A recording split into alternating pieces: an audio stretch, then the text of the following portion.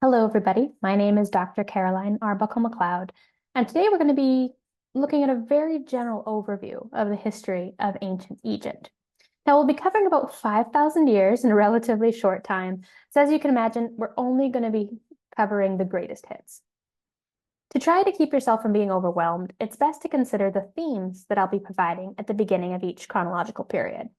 These are general and certainly there are exceptions, but they can help guide your understanding of some of the general shifts in society, art, and monuments as we go through each section. As we start to move through these images, I do want to note that images of human remains are included to illustrate changes in burial practices. Let's start with a look at how we discuss Egyptian chronology. So as you can see, we usually discuss the history of Egypt in broad terms of kingdom or period, and these are academic terms and would not necessarily have made sense to the Egyptians themselves. Then each period is made up of different ruling dynasties. These were not completely made up by academics, though they are based on the work of a priest who lived much later in Egyptian history, named Manetho. How these dynasties fit into the periods, though, is again debated. The most debated element of the chronology, however, is which calendar dates align with the various periods and dynasties. Now, we'll not get into this debate too much here, but I will say that some of our inability to be sure about how the dynasties align with the calendar date is the reason that you will rarely see Egyptologists discussing what happened in Egyptian history based on calendar dates. We usually date things according to periods, dynasties, or rulers' reigns. But if you're new to the history of Egypt, it can be helpful to have a table like this handy so you can better understand how this history relates to other global regions and just how old some of the objects and monuments that we're going to be discussing really were. Let's begin our long foray now with the pre-dynastic and early dynastic periods in ancient Egypt. This includes the Neolithic for those of you who are familiar with the technology ages. This was the time when the roots of Egyptian culture were taking hold, when agriculture began, when the first permanent dwelling began to be built, and many famous elements of Egyptian iconography and royal iconography started to develop. It's really during this long period that the Egyptian state emerged with a cultural identity. It's the very early pre-dynastic, however, culture in the north and south, lower and upper Egypt, when we see Egypt still divided. There were not permanent dwellings, and people were just starting to understand how to grow crops, as opposed to simply foraging and hunting. In the north, two of the main cultural groups were referred to as Merimde and Bhutto Ma'adi. In both these areas at this time, during the 5th millennium BCE, culture was still largely mobile, with little social stratification, which means that society was largely egalitarian. There wasn't really a rich or poor division.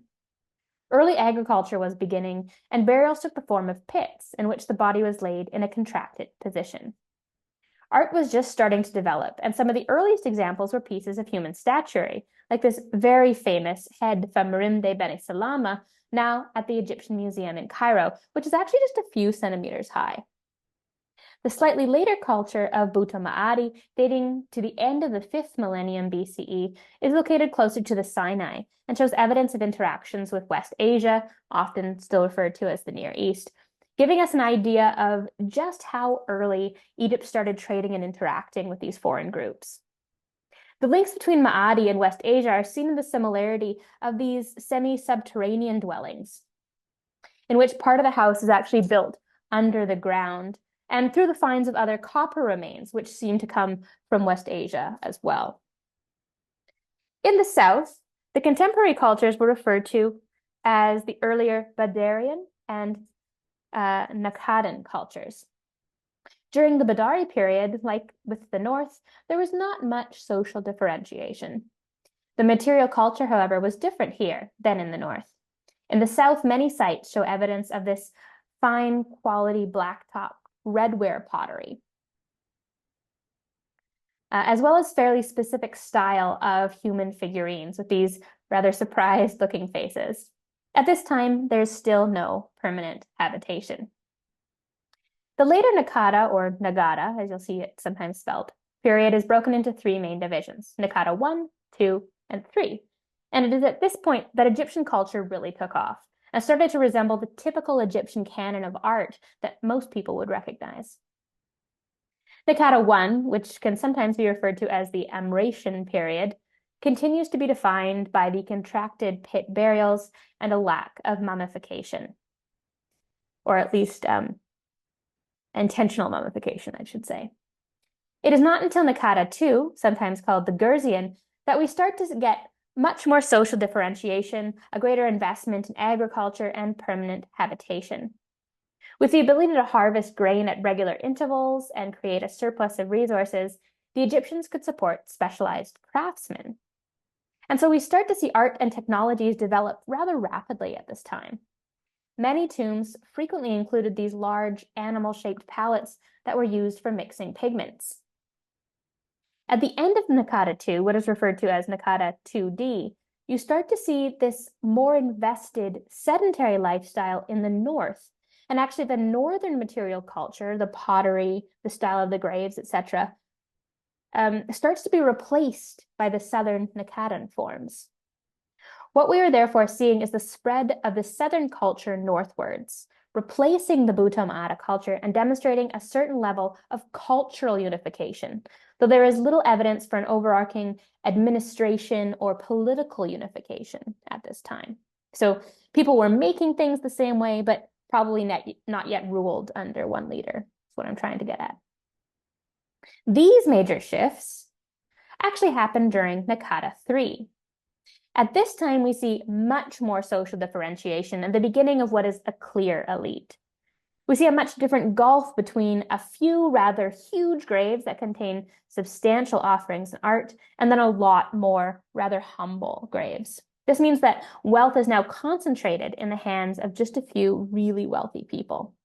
Some of these individuals can even be called kings. This is the tomb Uj from Abydos, dating to about 3300 to 3200 BCE. This was a major site at this time and would continue to be significant for the rest of Egyptian history.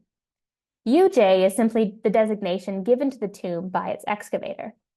It was a multi-room tomb that contained beautiful art objects, including a cedar box, which also demonstrates trade with West Asia, since cedar comes from Lebanon and other areas in that region.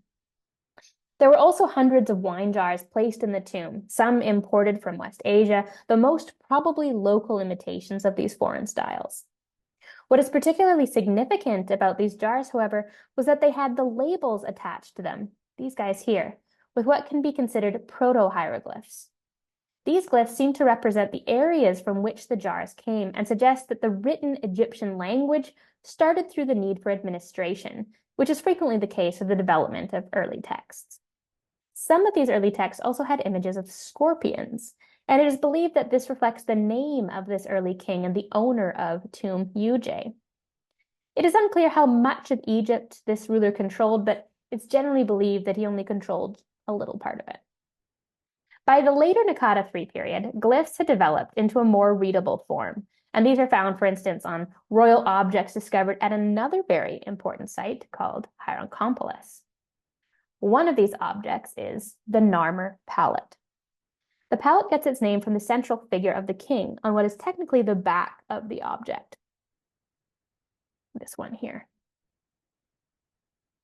This large central figure is labeled with the hieroglyphs that state his name is Narmer. Now these are shown in front of the face of the smaller image of the king.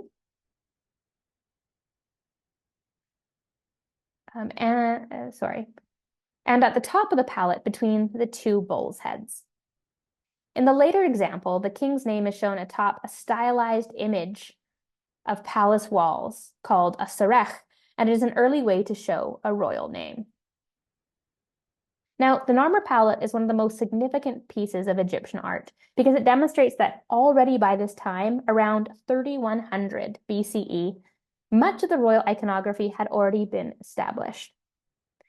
We see, for example, the large image of the king holding a weapon called a mace, his hand here, ready to strike his enemy. This is referred to as a smiting scene and is seen repeatedly in Egyptian royal art for millennia to come. The king is also wearing a bowling pin-shaped crown referred to as the white crown, which is associated with the king in his role as the ruler of Upper Egypt, which is the southern side of Egypt.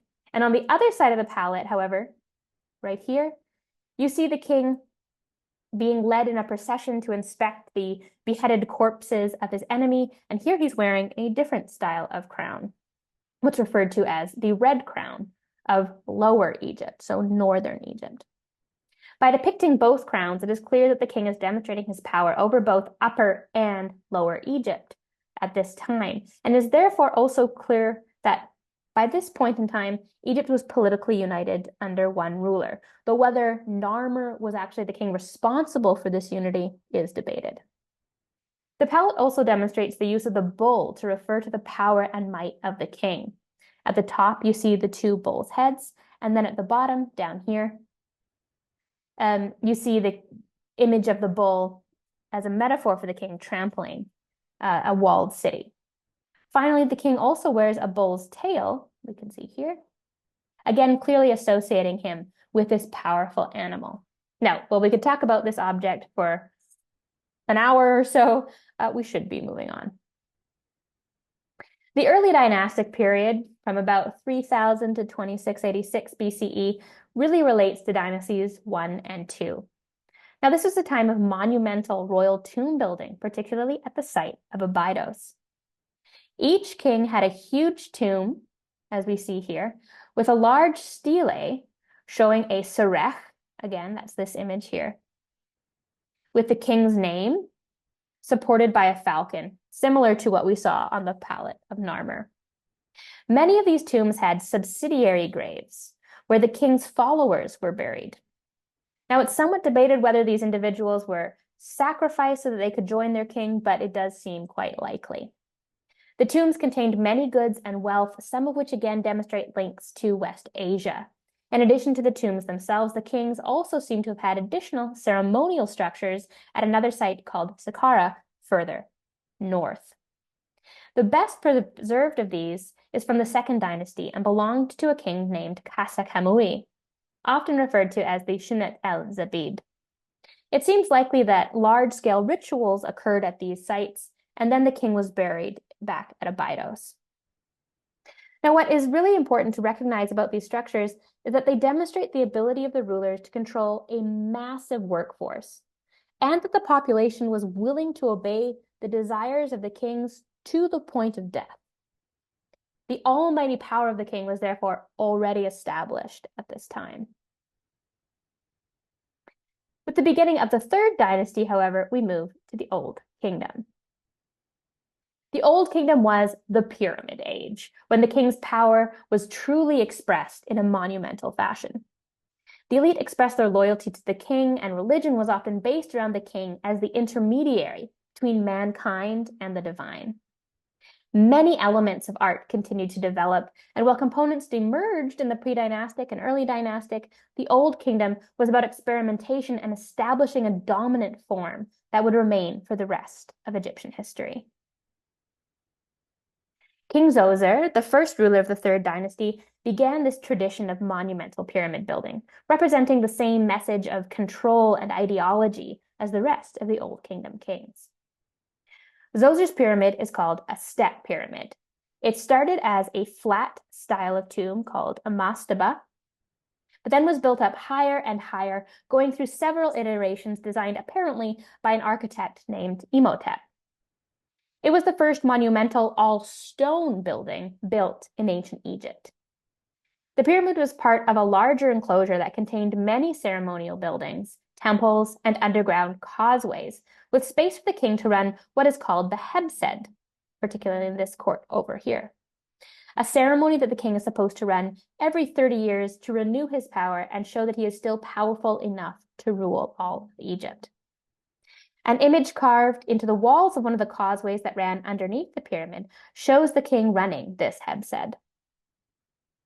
Many elements of this enclosure portray the importance of duality, the necessity of ensuring backup burials for the king, and the importance of renewing and establishing the divine power of the king. themes that we'll see again and again, particularly in royal art throughout Egyptian history. Later kings continued to experiment with pyramids, and it is the rulers of the 4th dynasty who are the famed Egyptian pyramid builders. King Snefru was the ruler who would eventually perfect the true pyramid with smooth sides, though he had to build 3 pyramids in total in order to achieve this masterpiece. The most famous pyramids, however, are of course the Great Pyramids of Giza, built by Khufu, Khafre, and Menkaure. Each of the 4th dynasty pyramids is actually part of a complex, which included the pyramid itself, which contained the king's tomb, a mortuary temple directly in front of the pyramid, and a valley temple, located close to the original location of the Nile River, which used to run much closer to the Giza Plateau. The valley temple was connected to the mortuary temple by a causeway. During the burial ceremony, it seems that the king's coffin would be brought from the river into the valley temple and then processed up the causeway into the mortuary temple and then into the pyramid. The complexes also frequently included a backup pyramid for the king's soul, sometimes called a cult or satellite pyramid, and then smaller pyramids for the queens. Often a solar bark, a ceremonial boat, was also included in the complex, which would allow the king to travel to the afterlife, which was believed to be in the sky during this period. Together, the pyramid seems to have been seen as a type of funerary machine that helped the king to join the solar gods. Khafre's pyramid is the one still capped with limestone blocks and appears to be the largest only because it was built on a raised stone outcropping. Now, it's unclear whether the Sphinx that stands in front of this pyramid was originally associated with it, or if it was older and simply integrated into Khafre's complex. The Sphinx had its own temple associated with solar gods as well. This association of the king's relationship with solar gods is expressed in a very famous diorite statue of Khafre in the Egyptian Museum. In this piece, the solar god Horus, whom the king was said to embody, is shown as a falcon with the wings around the king's head protecting the ruler. Menkaure had the smallest of the Giza pyramids, but still had elaborate temples, and within his valley temple were found an array of triad and couple statues. This triad statue is in the Egyptian Museum in Cairo. It shows the goddess Hathor on the left and a lesser goddess Bat on the right. The difference in the striding pose you see here is also very significant. Action was seen as power and strength, and so here the king is taking the largest stride, suggesting that he is the most powerful individual in this triad. As we leave the 4th dynasty, we leave the pyramid of the period of massive pyramids, and Egyptian kings never built a single feature on this scale again. In the 5th dynasty, kings built much smaller pyramids, but they also built sun temples, which have been located at Abu Ghurab and Abu Sir. Like the great mortuary pyramids, the sun temples were actually a complex made up of several parts. The altar at which offerings were made was quite simple, as in this version from the pyramid complex of Niosere from Abu Ghurab. This temple does not seem to be dedicated to the memory of the king, but to the solar gods, particularly Re. However, as the king was supposedly related to Re, worshipping this god would also increase the status of the king. The smaller pyramids built in this era were largely placed in Saqqara. Now, one of the most famous belongs to a king named Unas or Weni.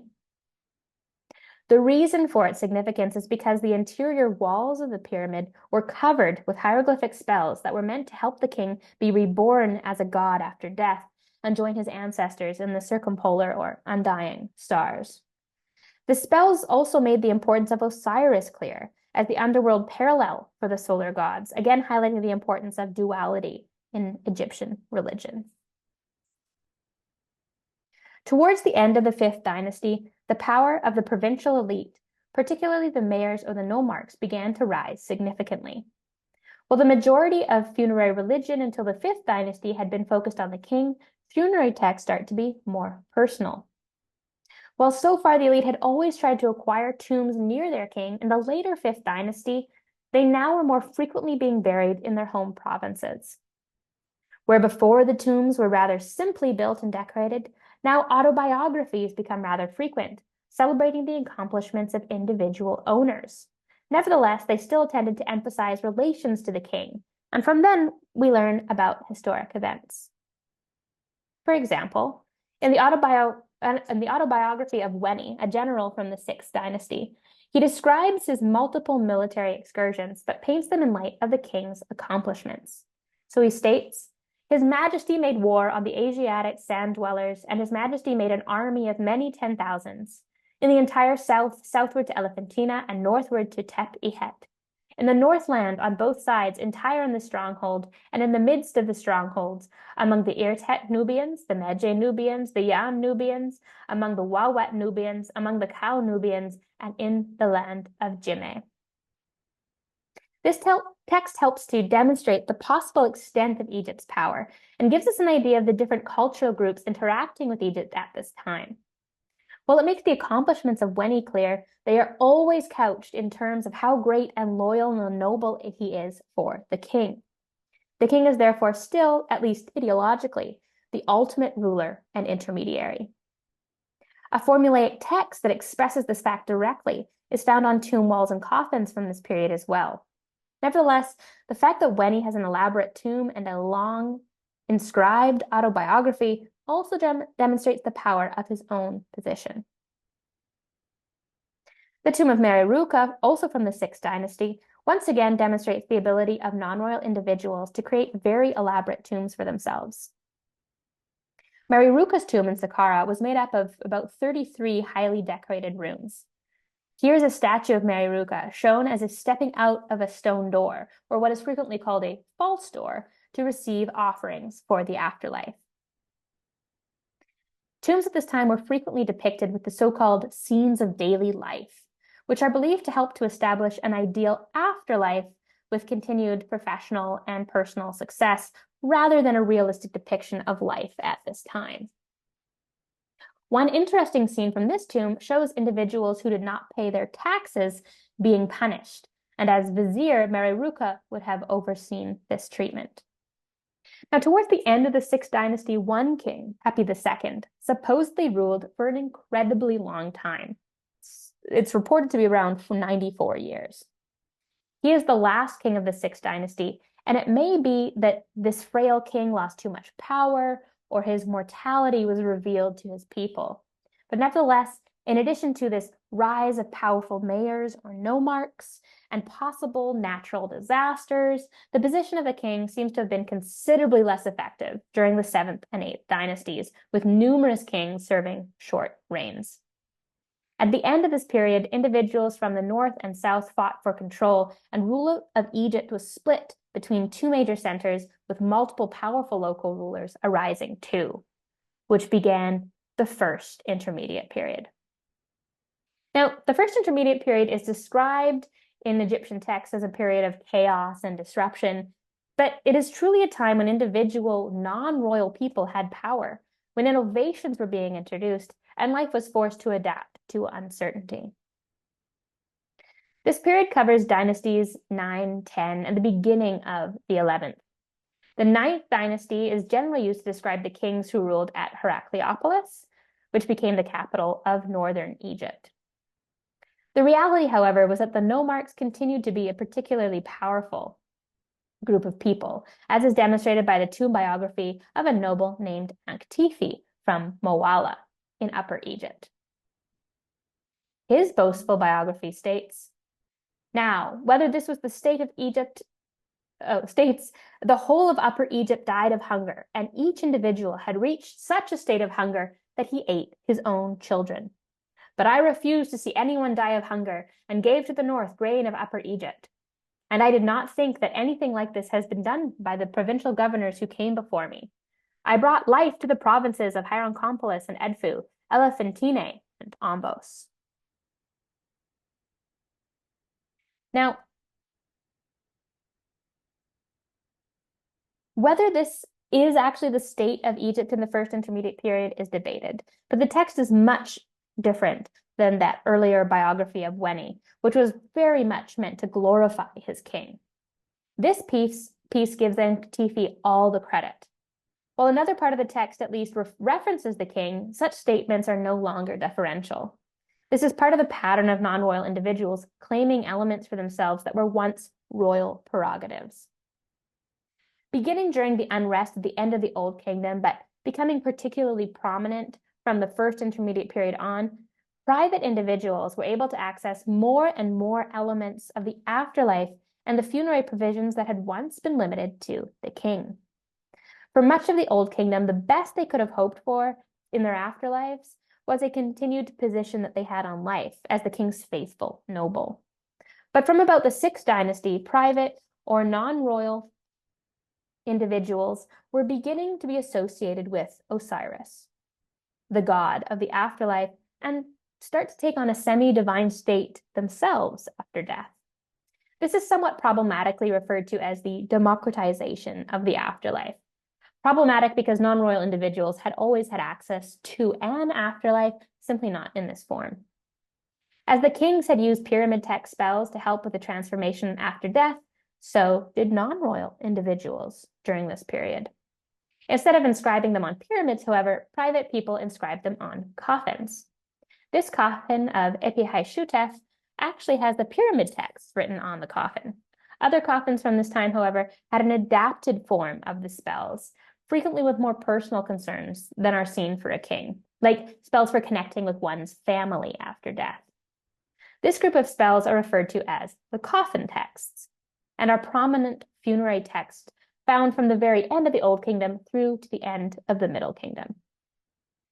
I also want to briefly mention the art of the First Intermediate Period, which has a pretty awful reputation. And indeed, like the stele suggests, the figures drawn during this time do tend to seem rather awkward with overly long arms and legs or huge eyes.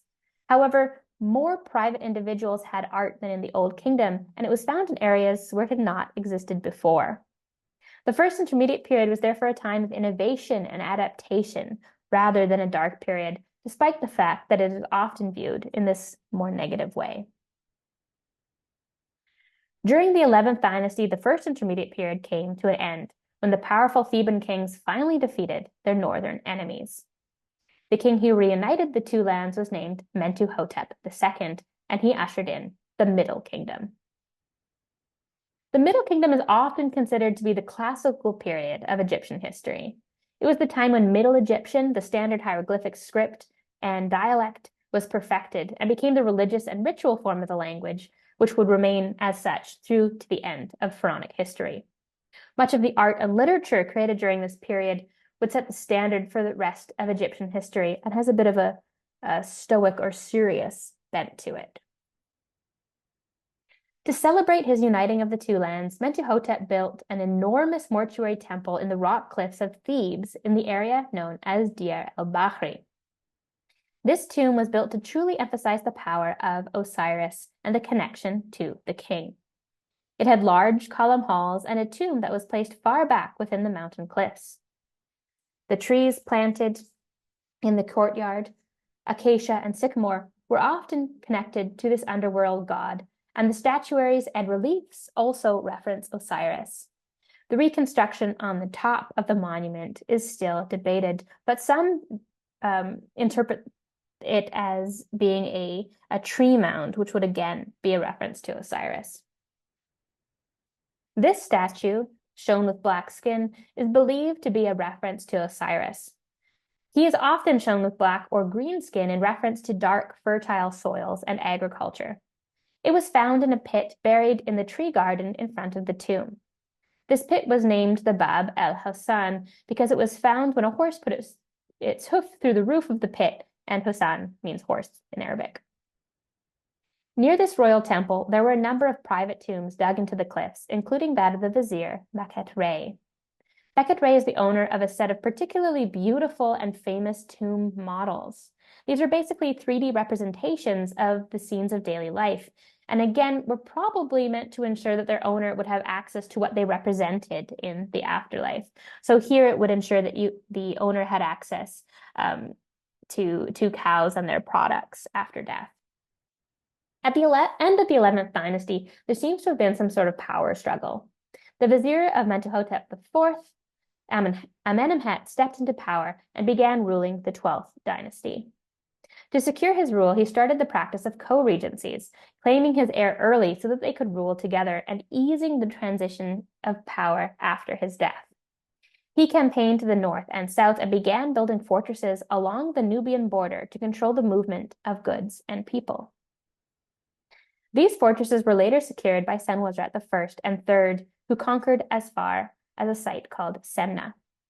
In total, there were 17 Middle Kingdom Egyptian forts, which included a number of defensive and offensive features, including a glacis, a sloped bank that makes shooting the enemy easier, culminating in a ditch dug around the whole fort, which itself had additional steep slopes on either side referred to as a scarf and counterscarf leading up to massive, thick walls. Turrets were built with embrasures and loopholes or defensive arrow slits through which the Egyptians could fire on their Nubian enemies. Now, while it's not too important for now to know all of these different features, it is important to know that there were many defensive and offensive features added on to these forts. While these forts have often been said to be purely for show, surely the Egyptians wouldn't have spent so much effort to build numerous fortifications if they hadn't felt the threat was real. The belief of early Egyptologists that the forts were for show is likely largely racist. The people that the Egyptians were fighting against were part of the Nubian Kerma culture. They had monumental architecture, immense tombs, great art, and powerful archers. When Kerma was first discovered, the archaeologists believed that it was an Egyptian outpost, as they did not believe the Nubians were capable of such constructions, but of course they were. All the massive campaigns during the 12th dynasty led to the creation of a standing army and a reorganization of the centralized bureaucracy that curtailed a great deal of the power of the non-royal elite. One of the pharaohs that was particularly keen on the reorganization was Senwosret III. This stern-looking pharaoh was depicted in a manner that would help to present him in the light of a serious ruler who cared for his people. This austere art demonstrates the high artistic ability of artists at this time, and indeed, the Middle Kingdom is again seen as the classical form for many aspects of its culture. Literature in particular took off at this time, and many of the classical Egyptian tales that were frequently copied in later periods were originally written during this time. One of these is referred to as the dispute between a man and his Ba. And let's just take a moment to read this together. My Ba, and the Ba is an aspect of the human spirit. My Ba opened its mouth to me to answer what I had said. If you think of burial, it is heartbreak. It is the gift of tears by a grieving a man. It is taking a man from his house, casting him on high ground. You will not go up to see the sun. Those who built in granite, who erected halls and excellent tombs of excellent construction, when the builders have become gods, their offering stones are desolate, as if they were dead, as if they were the dead who died on the riverbank for lack of a survivor. The flood takes its toll, the sun also. The fishes at the water's edge talk to them. Listen to me. It is good for people to listen. Follow the feast day and forget worry. So in this piece, the man's spirit is talking to him and raising him up after a period of depression to talk about how he should seize the day and celebrate his life and not focus too much on death. It's a pretty interesting discussion for people who build these massive monumental tombs. Towards the end of the 12th dynasty, Egypt was again beginning to destabilize.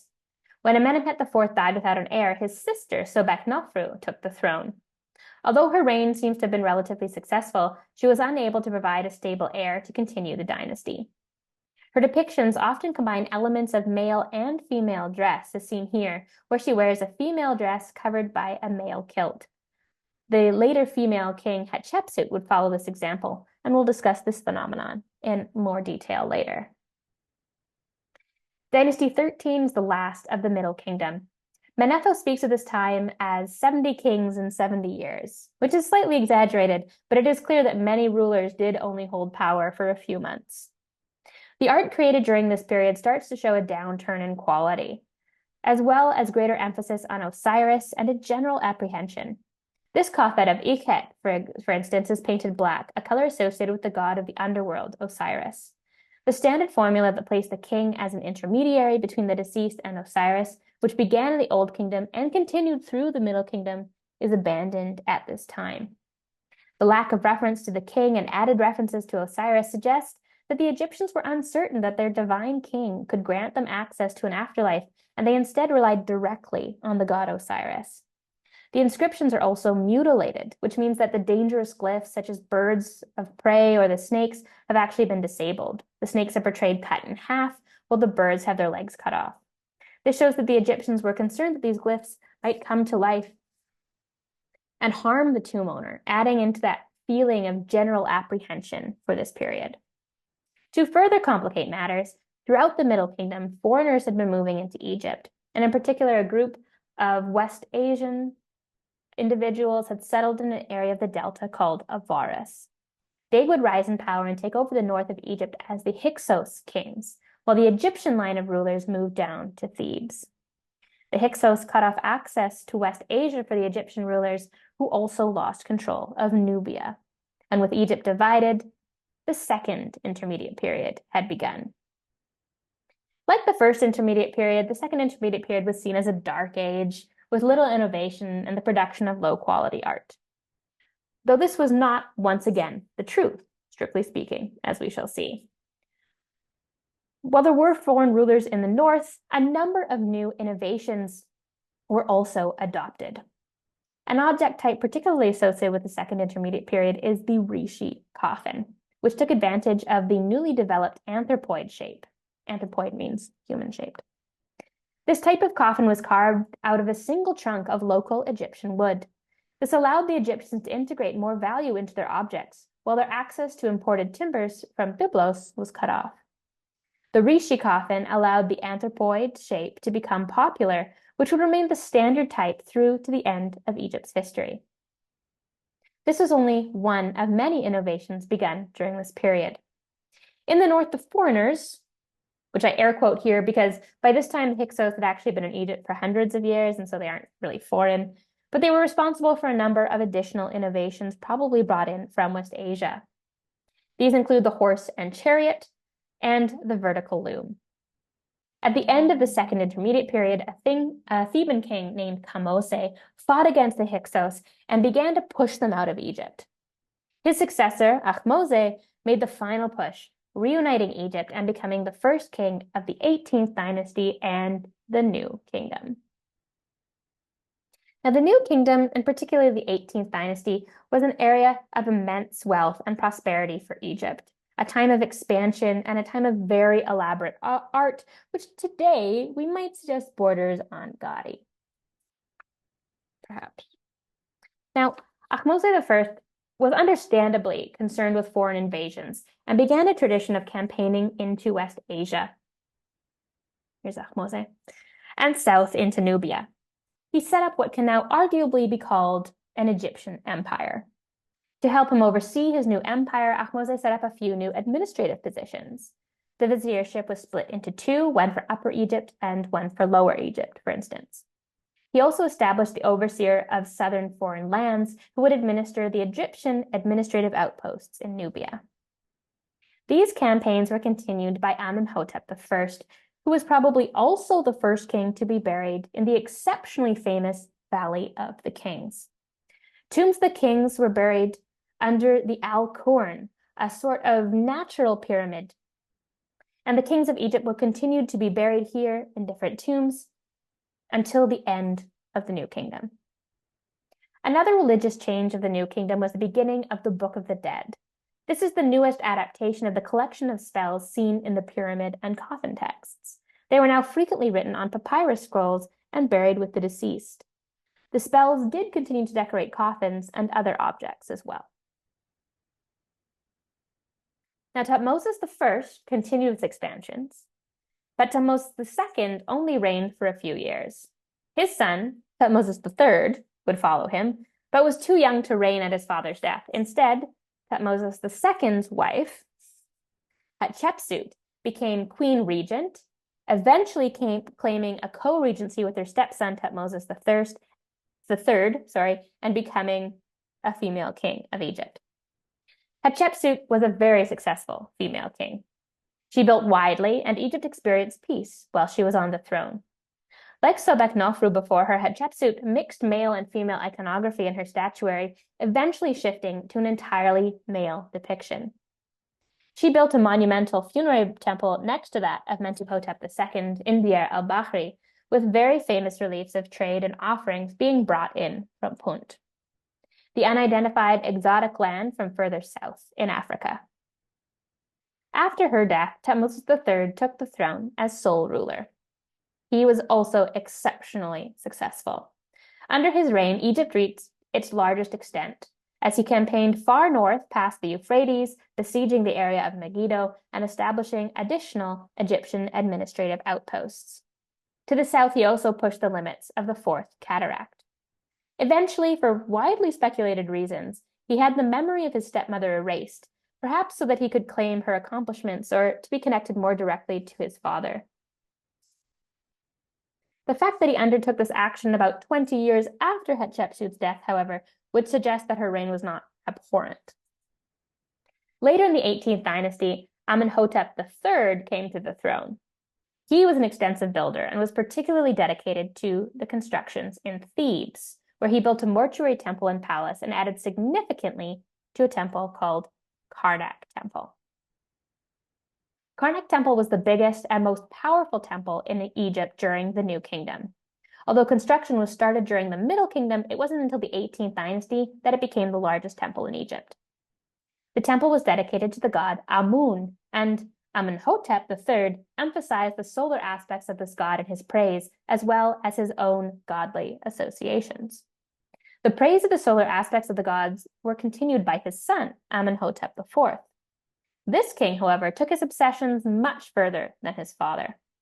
In his 5th year, he moved the capital of Egypt to a new city dedicated to the Aten, the sun disk, which he proclaimed as the central god of Egypt, and this was modern Amarna. In the same year that Amenhotep IV moved the capital to Amarna, he also changed his name to Akhenaten in order to further honor his new god. We will learn more about Amarna and its religion later, but for now, it's important to note that Akhenaten also introduced a new style of art that showed the arms elongated, the belly protruding, and a long face. To further ensure the dominance of the Aten, Akhenaten also erased the images of Amun from around Egypt. Most of the art from this period also focused on the royal family, particularly Akhenaten's wife, Nefertiti, and her daughters. The style of art would continue despite the succeeding efforts to erase all memory of the Amarna period. After the death of Akhenaten, his son, Tutankhaten, took the throne, but his advisors Eye and Horemheb soon ensured that the young king abandoned Amarna and reinstated Amun as the principal deity, as well as the worship of the rest of the pantheon. As part of this shift, Tutankhaten changed his name to Tutankhamun, a figure with whom I'm sure you're all familiar. The actions of Tutankhamun made it clear that the Amarna religion was not popular. People had wanted to worship their gods, and temple estates were a huge part of the economy and society. Texts such as the so-called Restoration Stele discuss how Tutankhamun restored the temples and erased the actions of the heretic king. Tutankhamun himself died young, and actually was not a particularly important king in terms of Egyptian history, but he's famous because his tomb is the only largely undisturbed royal tomb from ancient Egypt. And if you know anything about the massive wealth of the tomb, you might be surprised to know that this tomb was incredibly small compared to the other kings, and was actually likely much more humble than the others as well, probably because he died young and unexpectedly. His advisors Eye and Horemheb ruled afterwards and promoted more military aspects of society. When Horemheb died without an heir, he actually promoted his general and the vizier Ramses to the throne, beginning the 19th dynasty and what we refer to as the Ramessid period, which covers the 19th and 20th dynasties when so many of the kings were named Ramses. The first Ramses only reigned for a few years and was succeeded by Seti I. While they reigned, the Hittites, a powerful group in West Asia, were gaining power. Now back in Egypt, Seti built widely, including a temple to Osiris in Abydos, which remains largely intact. A particularly important aspect of this temple is the king list inscribed on its walls. It is the only source for the names of some kings, and it is also important to note that it skips over the rulers that were seen as illegitimate or undesirable, which includes Hatshepsut, Akhenaten, and, interestingly, Tutankhamun. Seti I was followed by Ramses II, another particularly famous ruler, also known as Ramses the Great. The reason he is so well known is because of his multiple significant building projects. First of all, he moved the capital to a new city called Pi-Ramses, and then he built a Theban mortuary temple referred to as the Ramesseum, a cliff temple at Abu Simbel for himself and his queen, which we see here, and then he either built or usurped hundreds of statues throughout Egypt. His monuments discuss multiple victorious battles against the Hittites, with the Battle of Kadesh being the most prominent, though in fact this battle was actually a stalemate. His successor, Meren-Ptah, was the first to begin battling against the so-called Sea Peoples.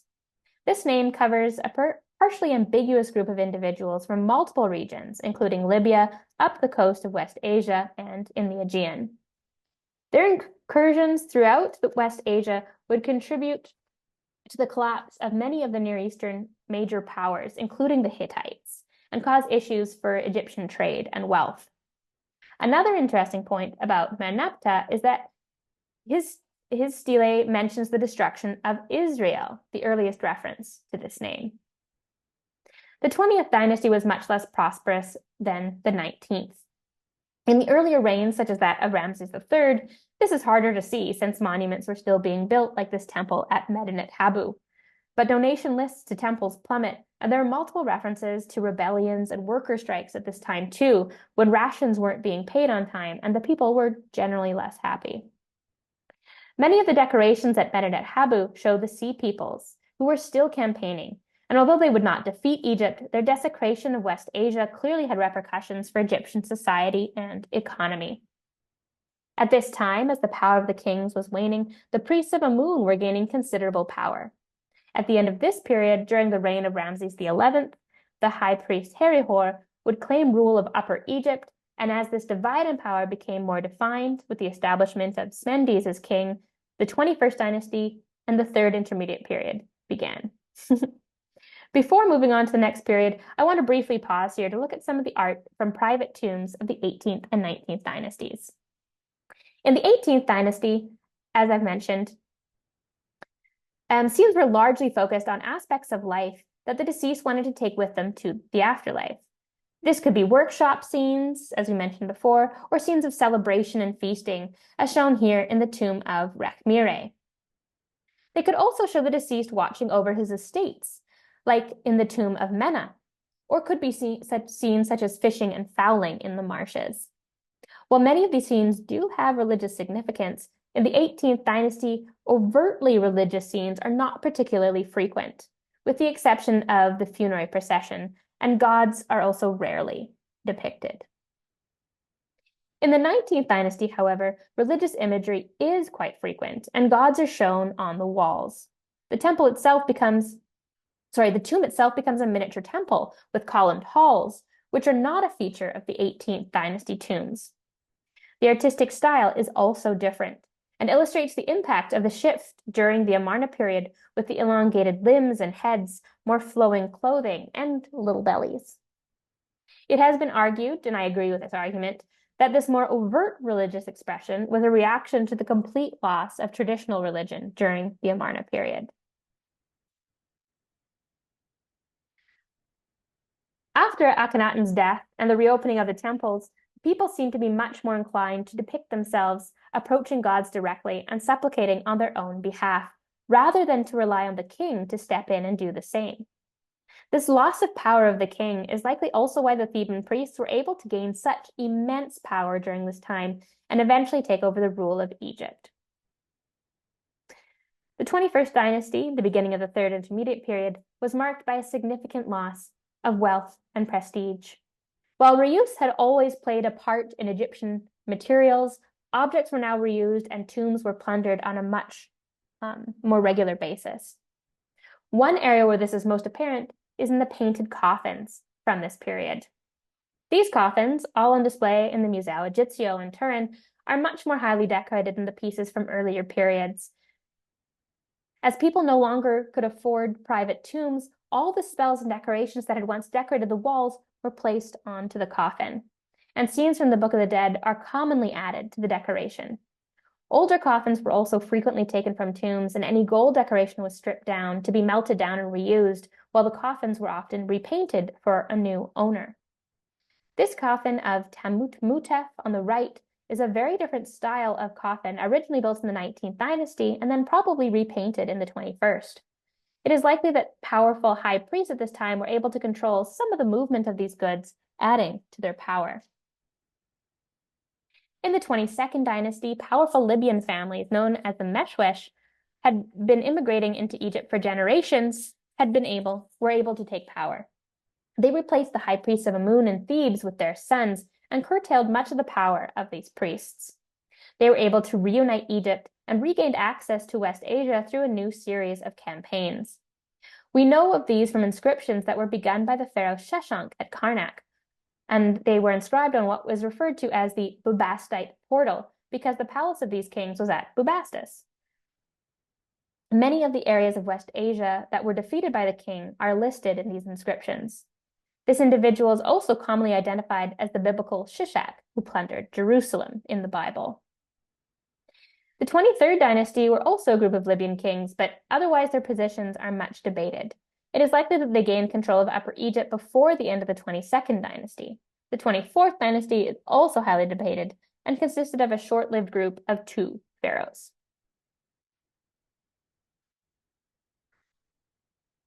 The end of the 22nd, 23rd, and 24th dynasties was clearly contentious. At this time, a powerful Nubian ruler came to the north and conquered Egypt, bringing in the 25th dynasty. The Nubian kings were interested in reinstating a lot of the Egyptian traditions, and much of their art was inspired by elements of Egyptian society associated with the Old and Middle Kingdoms, which seem to have been viewed as golden ages in this history. Piye, the first king, restarted the tradition of the pyramid, but in an adapted form. Many of the monuments created by these kings show an adaptation that borrows Egyptian elements, but integrates Nubian elements as well. During their reigns, they ruled both Egypt and Nubia, but they chose to be buried in Nubia at a site called El Kuru. One of the Nubian kings, named Shabaka, spent a great deal of time rebuilding monuments and attempting to bring back traditions. In particular, he recorded various religious texts on stone that he claimed to have found on worm-eaten papyri. The Shabaka stone, shown here, is actually carefully carved with hieroglyphic inscriptions, providing the only mostly complete version of what is referred to as the Memphite theology. One of the final Nubian kings was named Taharka, another successful pharaoh who was able to advance some ways into West Asia and is believed to have helped defend Jerusalem against the forces of the Assyrian king Sennacherib. He built widely as well, including a temple dedicated to Amun at Kawa in Nubia, filled with references to the god in his ram form, as we see in this protective statue here. Eventually, the Nubian kings' success against West Asia failed, however, and the Assyrians invaded Egypt. They placed vassal princes on the throne to rule on their behalf. One of these vassal princes, Psamtik I, however, usurped rule of Egypt, once again to become the first king of the 26th dynasty, the beginning of the era referred to as the Late Period. This is a period when art was often made in the styles of earlier periods, a movement referred to as archaization.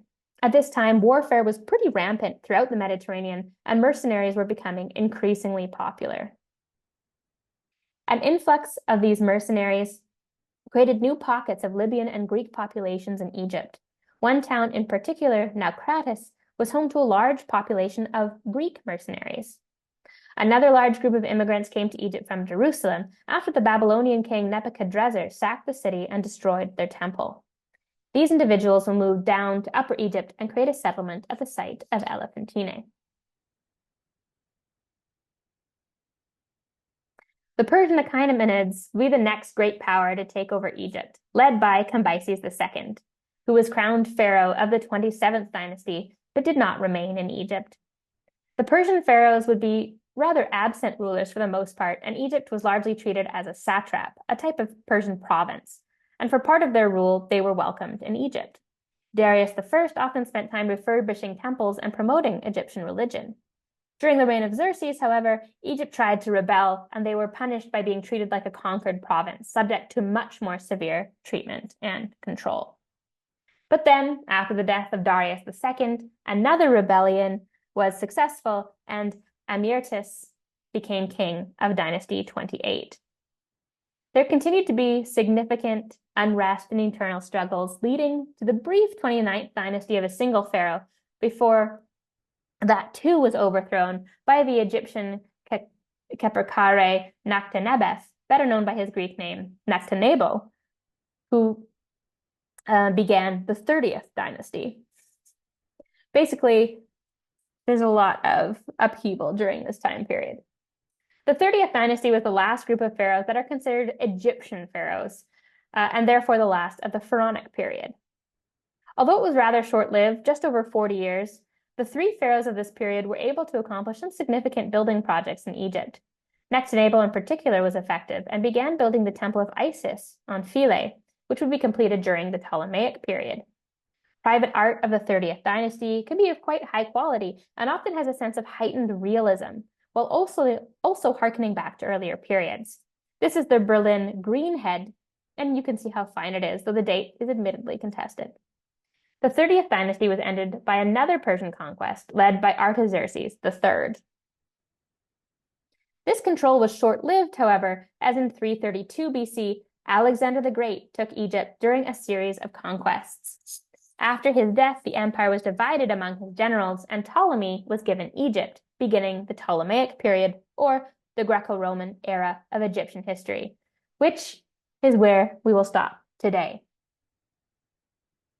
Thank you, everybody, for listening, and I hope you enjoy the rest of our lectures.